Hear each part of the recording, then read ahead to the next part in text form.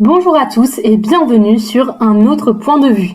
J'espère que vous allez bien et que vous avez passé de bonnes vacances.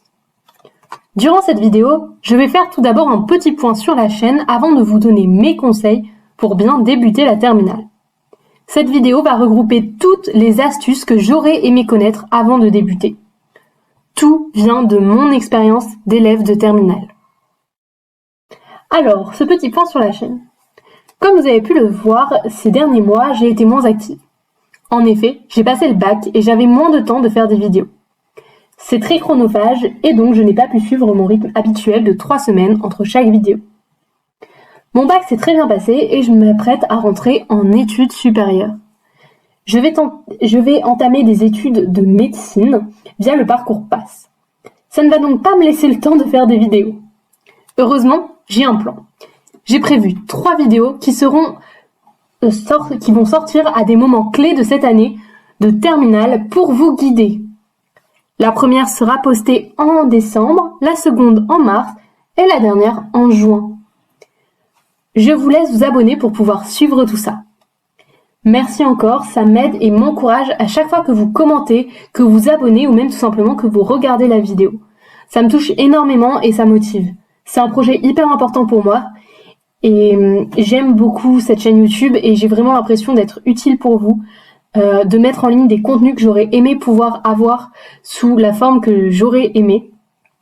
Je ne sais pas si ça a du sens, mais en tout cas j'espère sincèrement que ça vous aidera et que vous sentirez accueillis, aidés et encouragés par cette chaîne. C'est maintenant parti pour mes conseils pour débuter la terminale. Premièrement, même si c'est basique, soyez au point sur le programme de première de vos spécialités. En physique-chimie, c'est tout simplement essentiel puisque vous appuyez toujours sur ce que vous avez vu avant et donc vous avez absolument besoin de le maîtriser.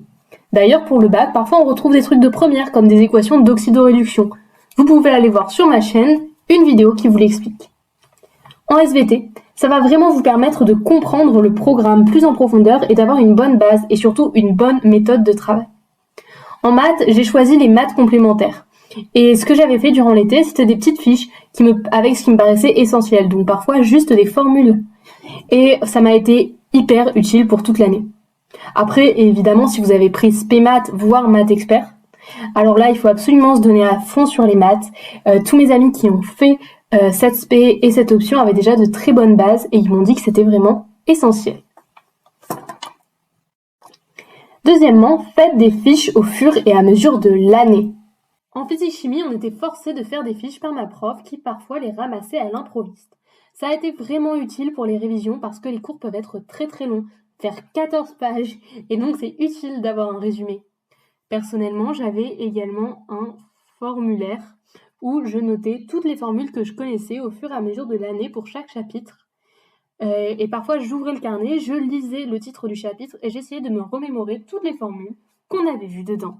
En SVT, les cours sont également très denses, mais ce n'est pas du tout le même type de fiches que je vous propose de faire.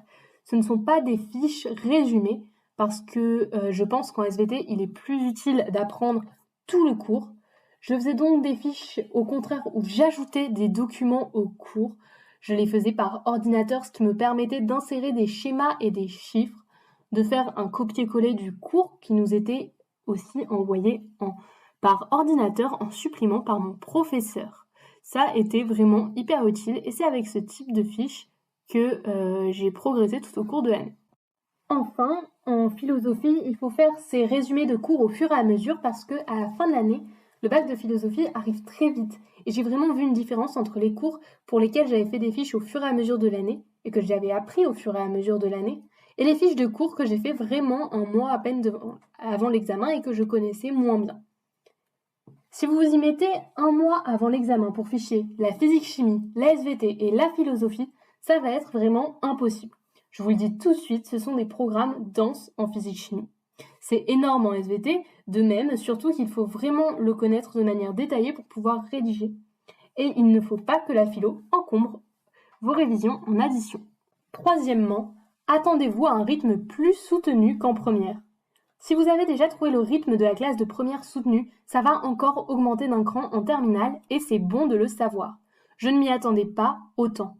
Ainsi, on peut se préparer mentalement et se mettre à bosser correctement dès le début. C'est vraiment essentiel dans vos spé. Vous avez autant de travail en français qu'en philo, sauf qu'en plus, vous avez vos 2 spé à la fin de l'année, et ça fait vraiment beaucoup. Donc, préparez-vous. Maintenant, en 4e, voici quelques sites à connaître pour réussir cette année de terminale. En SVT, je n'ai pas de site particulier. Je pense que vous trouverez des youtubeurs qui font de très bonnes vidéos au fur et à mesure de l'année et vous en préférerez peut-être certains plus que d'autres. J'ai utilisé plusieurs youtubeurs, vraiment ça dépendait des chapitres. Pour les annales, j'utilisais le site Didactique pour le bac de SVT. Je l'ai trouvé hyper bien organisé, notamment par thème, et ça me permettait de bien m'y retrouver. En SPC, il faut absolument connaître Labolycée. C'est le site où vous trouverez toutes les annales. En premier, on s'entraîne en refaisant les exercices du manuel et en faisant d'autres où on a une correction. C'est beaucoup ce qu'on fait en classe de première, c'est ce qu'on fait au début de la classe de terminale, mais on se rend vite compte qu'il faut arrêter ça tout de suite. Il faut s'entraîner sur Labolycée, sur Labolycée, sur Labolycée. C'est là où il y a toutes les annales, tout leur corriger, et c'est avec ça que vous allez progresser, plus avec les exercices de vos manuels. C'est en plus très bien organisé, donc vous trouverez tout. Je vous conseille également Florence Raffin. Son site est extrêmement bien fait et sa chaîne YouTube met à disposition énormément d'outils, notamment pour les ECE. Pour moi, c'est la prof à connaître pour le bac de physique-chimie. Même s'il y a plein d'autres youtubeurs extraordinaires, comme Paul Olivier ou Science Physique Astella, qui font de super vidéos dont je mets tous les liens en description bien évidemment. En philo, je n'ai pas beaucoup utilisé Internet. Je me basais uniquement sur le cours pour être sûre de bien comprendre, mais aussi sur le manuel fourni par mon lycée. Pour les ECE, justement, comment se préparer? Eh bien, pour réussir sa terminale, il faut prendre les ECE au sérieux en s'entraînant lors de tous les TP. S'ils vous sont envoyés à l'avance, faites des recherches dessus et comprenez. Regardez des vidéos qui vous expliquent les manipulations. Il y en a énormément qui sont mises en ligne, c'est très utile. Florence Raffin vous aidera en SPC et Sciences Nat en SVT. En étant sérieuse tout au long de l'année sur mes TP, je me suis permise de réviser les ECE que 2 semaines en avance, en révisant toutes les manipulations grâce à des vidéos, en relisant mes TP et en utilisant le site ECE Bac 2024, dont je vous mets le lien en description. C'était vraiment le site que j'utilisais le plus. Cependant, j'ai quand même beaucoup stressé pour cette épreuve et donc je vous conseille, si vous le pouvez, de vous y mettre plus tôt, même dès leur sortie, ils sortent courant mars, pour vous familiariser avec. Et pour finir, je fais un point spécial sur la philo. Ça peut être une matière difficile pour beaucoup. Je vous conseille vraiment de mettre l'accent sur la méthodologie. Une fois que vous la connaissez par cœur, appliquez-la. Et c'est vraiment là où vous allez pouvoir vous focaliser pour gagner des points et surtout avoir une base. Ça aide beaucoup. Connaître vos références, c'est très bien, mais n'allez pas en chercher des dizaines d'autres que votre prof ne vous a pas données sur Internet et que vous comprenez moyennement. Basez-vous vraiment sur celles que vous avez vues en cours. Normalement, c'est suffisant pour faire une dissertation sur n'importe quel sujet. Et avec ça, et une méthodologie parfaite, même si vous avez des difficultés à problématiser et que vous ratez un petit peu l'intérêt du sujet, vous pouvez viser au moins 10. Ne vous laissez pas abattre, je n'avais pas vraiment de méthode avant de commencer la philo. Je vais vous mettre une fiche type de ce que je faisais en philo pour apprendre mes références. Pour moi, c'était plutôt utile. Dès que je voyais le titre de la référence et les mots-clés, j'étais capable de retracer l'histoire un petit peu de cette référence, les grands axes, et ainsi je les connaissais vraiment bien profondément et je pouvais les réexpliquer sur ma copie en rédigé. J'ai appris cette fiche avec la méthode des J. C'est une méthode de mémorisation dont vous trouverez plein d'explications sur Internet au fur et à mesure de l'année.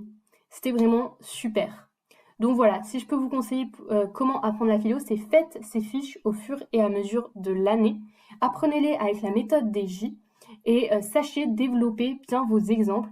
Là, c'est pour ça que c'était vraiment hyper utile. Merci beaucoup d'avoir écouté cette vidéo. J'espère que je vous ai été utile. Tout ce que je vous ai fait découvrir ici, ce sont des choses que j'ai appris au fur et à mesure de l'année et que j'ai constatées. J'espère ainsi vous faire prendre un peu d'avance, vous permettre de déjà le savoir lorsque vous débuterez votre terminale. Je vous souhaite une bonne chance et un bon courage à tous. Abonnez-vous pour plus de vidéos qui vous seront vraiment utiles pour votre terminale cette année. Et n'hésitez pas à vous appuyer sur toutes les anciennes vidéos de la chaîne également pour vous aider.